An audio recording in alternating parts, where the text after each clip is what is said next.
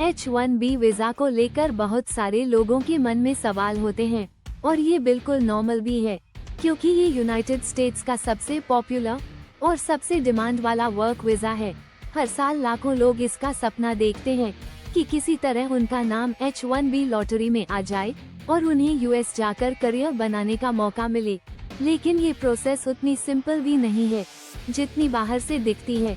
इसलिए आज हम स्टेप बाय स्टेप डिटेल में इस पूरी जर्नी को समझने की कोशिश करेंगे ताकि कोई भी कंफ्यूजन आपके मन में न रहे। H1B वीजा एक नॉन इमिग्रेंट वर्क वीजा है जिसे यूएस कंपनीज यूज करती हैं ताकि वे स्किल्ड फॉरेन वर्कर्स को हायर कर सकें। इसका मतलब ये है कि अगर किसी कंपनी को किसी ऐसे स्किल की जरूरत है जो उन्हें लोकल मार्केट में आसानी से नहीं मिल रही, तो वे आउटसाइड यूएस किसी फॉरेन नेशनल को हायर कर सकती हैं और उसके लिए H1B पिटिशन फाइल करती हैं। ये पिटिशन अप्रूव होने के बाद उस वर्कर को ऑफिशियली ऑथराइजेशन मिल जाता है यूएस जाकर लीगली काम करने का। H1B वीजा की सबसे बड़ी खासियत ये है कि ये एक तरह से यूएस इमिग्रेशन जर्नी का पहला और सबसे इम्पोर्टेंट स्टेप माना जाता है।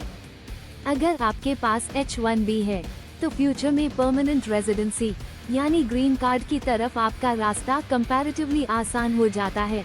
शुरुआत में ये वीजा 3 साल के लिए दिया जाता है और इसके बाद एम्प्लॉयर के द्वारा फाइल की गई एक्सटेंशन के आधार पर 3 साल और बढ़ाया जा सकता है, यानी टोटल 6 इयर्स तक यूएस में H1B पर काम किया जा सकता है।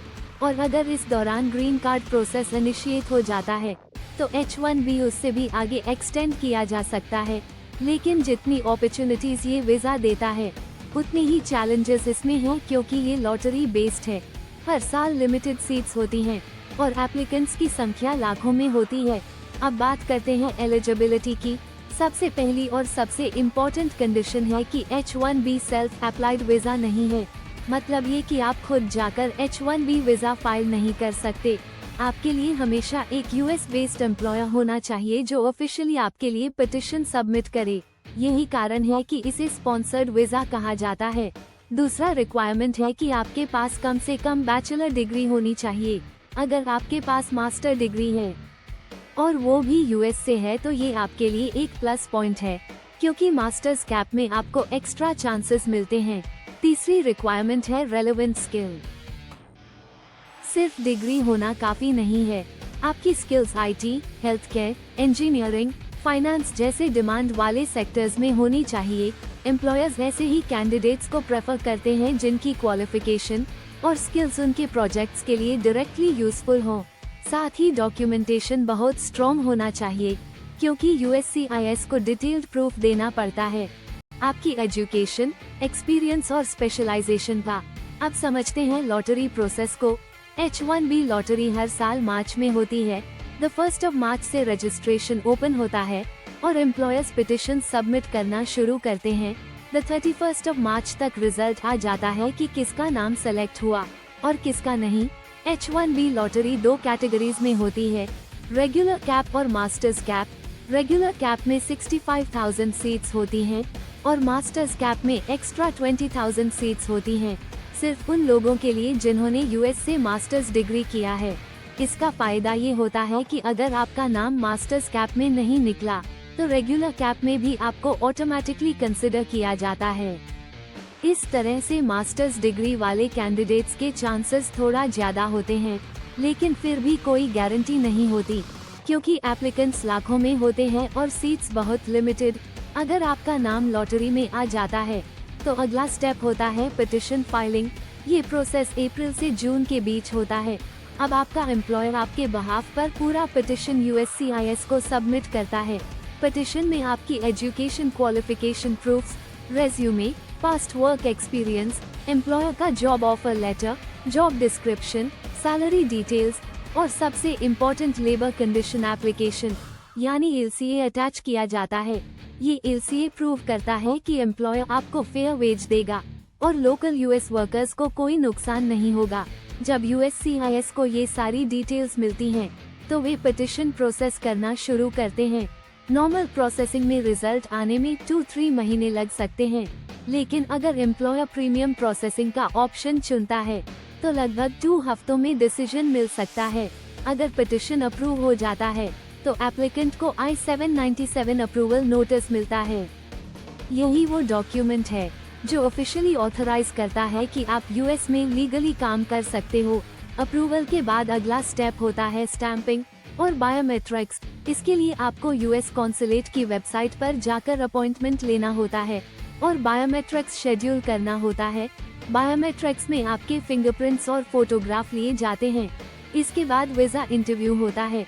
इंटरव्यू में ऑफिसर्स आपसे बेसिक क्वेश्चंस पूछते हैं, जैसे आपकी जॉब रोल क्या है, आपके एम्प्लॉयर का नाम क्या है, आप किस सिटी में काम करने जा रहे हो, आपकी क्वालिफिकेशन क्या है। अगर सब कुछ सही रहा और आपके डॉक्यूमेंट्स क्लियर हैं, तो आपके पासपोर्ट पर H-1B वीजा स्टैंपिंग हो जाता है और आप यूएस जाकर जॉब ज्वाइन कर सकते हो। अब बात करते हैं एक्सटेंशन की। H-1B इनिशियली 3 इयर्स के लिए दिया जाता है।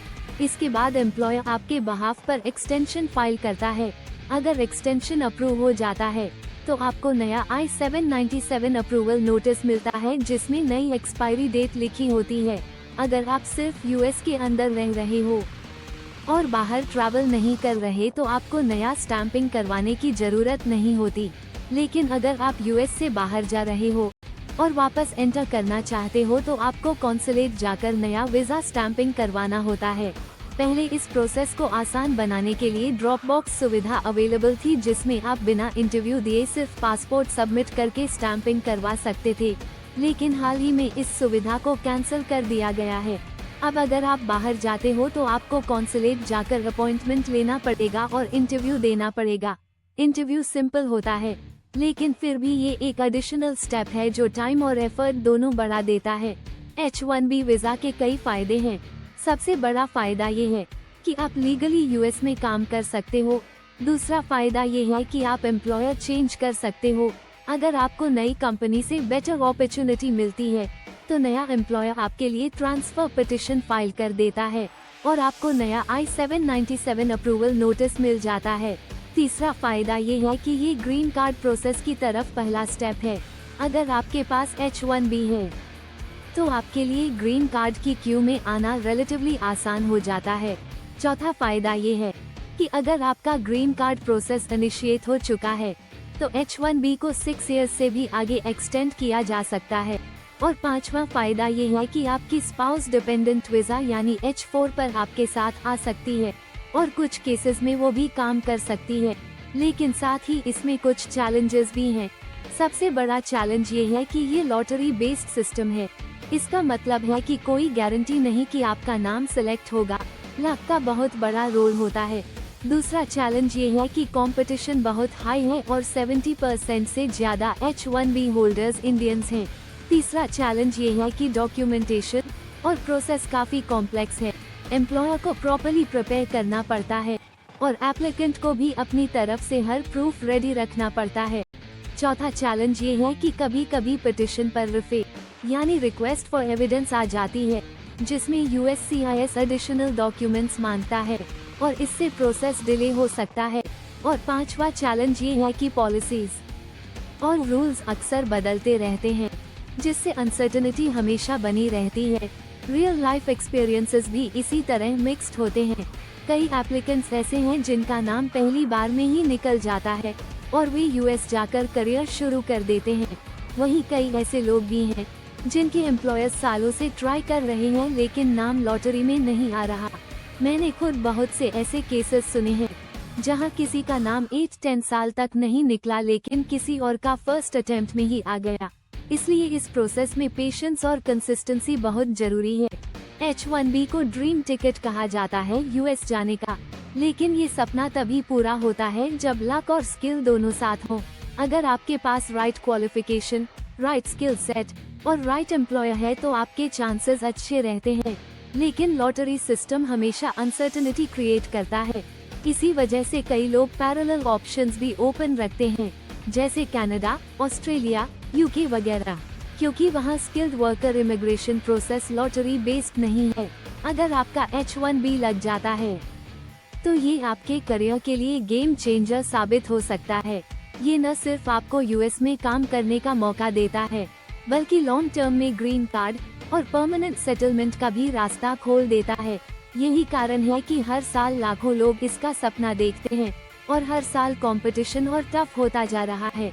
इस पूरी जर्नी को अगर आप ध्यान से समझ लो तो फ्यूचर में जब भी आपका एम्प्लॉयर आपके लिए H1B पिटिशन फाइल करे तो आपके लिए कोई कंफ्यूजन नहीं रहेगा।